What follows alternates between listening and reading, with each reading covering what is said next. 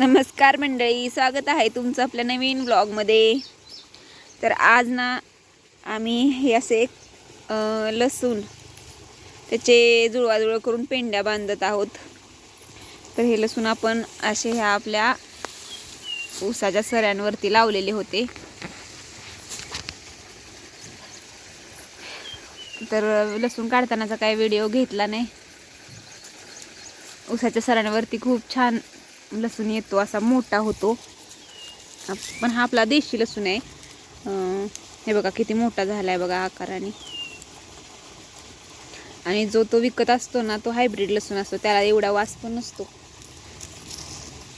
हो ना गाई। तर हे असं मी सुकवायला ठेवलेलं आहे, जेणेकरून ह्याची अशी पात सुकून जाईल।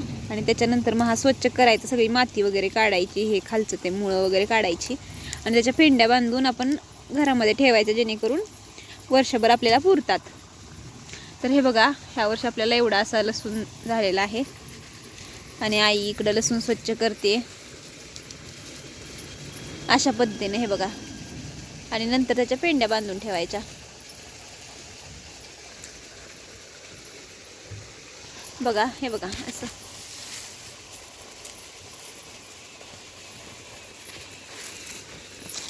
आणि त्याच्या सोबतच आपल्याला इकडं आपण पाणी सोडलेलं आहे ऊसावरती।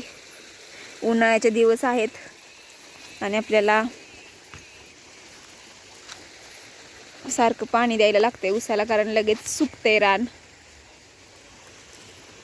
तर बघा, आपण इकडं असं थोडं आधुनिक शेतकरी झालेलो आहे। अशा पद्धतीनं भिजवण्यासाठी हे तयार केले आपण। हे असे हे नुसते असे कॉक फिरवायचे, हे बघा असे। हे असं बंद चालू करता येते आपल्याला, जास्त कष्ट नाही, परिश्रम नाही। आणि एक व्यक्ती सुद्धा असं रानाला पाणी धरू शकतो। आणि हे असं हळूहळू आपलं भिजतं। पहिलं कसं पाटानं पाणी पाजायला लागायचं, दारी करायला लागायची, दाऱ्यावर थांबायला लागायचं आणि जरा कष्टाचं काम होतं। पण आता हे जेव्हापासून कॉक सुरू केलेत ना, तेव्हापासून खूप इझी झालंय काम। एक जण कोणी पण करू शकते आणि सारखं सारखं थांबायला लागत नाही। एकदा सुरू केलं ना की तासभराने आलं, बघून गेलं सऱ्या कुठपर्यंत भिजल्यात तरी पण चालतं। तर बघा, हे काम करत करतच आम्ही दुसरं पण काम करतोय। तर एक ॲट अ टाईम 2-3 काम आपण करू शकतो ह्याच्यामुळं। नाहीतर कसं पहिलं एकट्यालाच एकच काम करायला लागायचं, पाणी धरायचं तर पाणी धरायला लागायचं। तर चला आपण आता हा सगळा लसूण स्वच्छ करून घेऊया अगोदर, आणि नंतर पेंड्या बांधून घेऊया। तर आमच्या इकडे तर उन्हाळी कामांना सुरुवात झालेली आहे। तुमच्या इकडे झाली का सांगा कमेंट्समध्ये। आणि तुम्ही कोणती कोणती उन्हाळी कामं करता ते पण सांगा। आमच्या इकडे बघा झाडांची अशी सावली आहे मस्तपैकी, त्याच्यामुळं आम्हाला उन्हाळ्याची काही जास्त जाणीव होत नाही। आणि पाणी पण भरपूर आहे, गारवा आहे।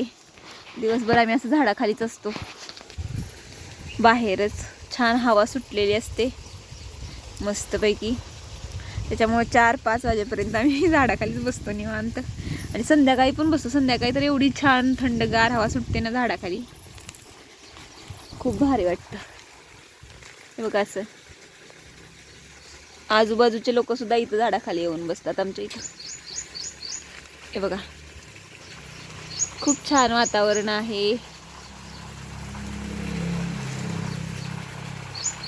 तर चला आम्ही करून घेतो। आई तू काय बोलतेस का? बोल। तर चला मित्रांनो, आम्ही हे आधी पहिल्यांदा करून घेतो आणि नंतर तुम्हाला दाखवतो। तर हे बघा मित्रांनो, मगाशी जो आपण लसूण घेतलेला तो सगळा असा आता स्वच्छ केलेला आहे। त्याचे सगळा पालापाचोळा होता तो निवडलेला आहे।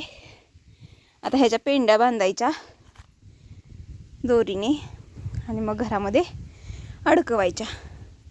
अडकवून ठेवला ना असा वरती की मग जास्त दिवस चालतो। तर झालाय स्वच्छ, आता आपण ह्याच्या पेंड्या बांधून घेऊयात.